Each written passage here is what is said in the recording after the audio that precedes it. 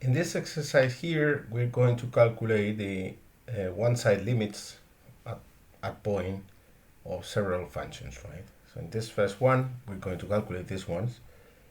And of course, each of them is a separate limit, so you have to distinguish the one on the right and the one on the left. So let's begin with the one on the right. So we're going to do first this, right? 1 over x, 2x, floor. Remember, the floor function means the largest integer which is smaller than or equal to x, right? Which for positive numbers means only the integer part, right? Okay. Now the point of this expression is if we want to calculate the limit when x goes to 0 plus, then x is a positive number, and it's also a number that is very close to 0. So this number here is 0 point whatever. So the integer part is just 0.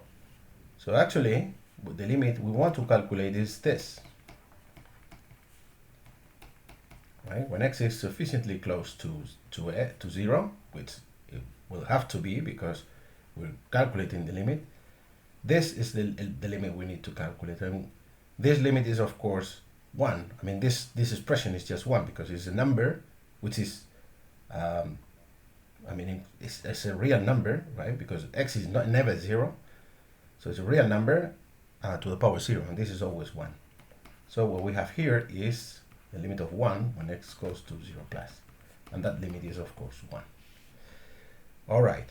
On the contrary, when we want to calculate this limit, on the left, right, we have this expression again.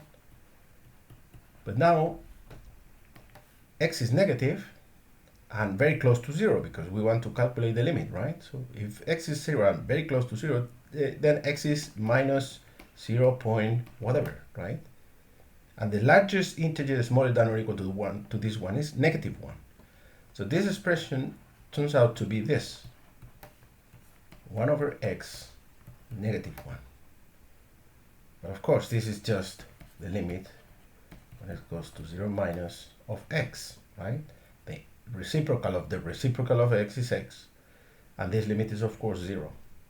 So the right hand side, the right hand limit is 1, and the left hand limit is 0.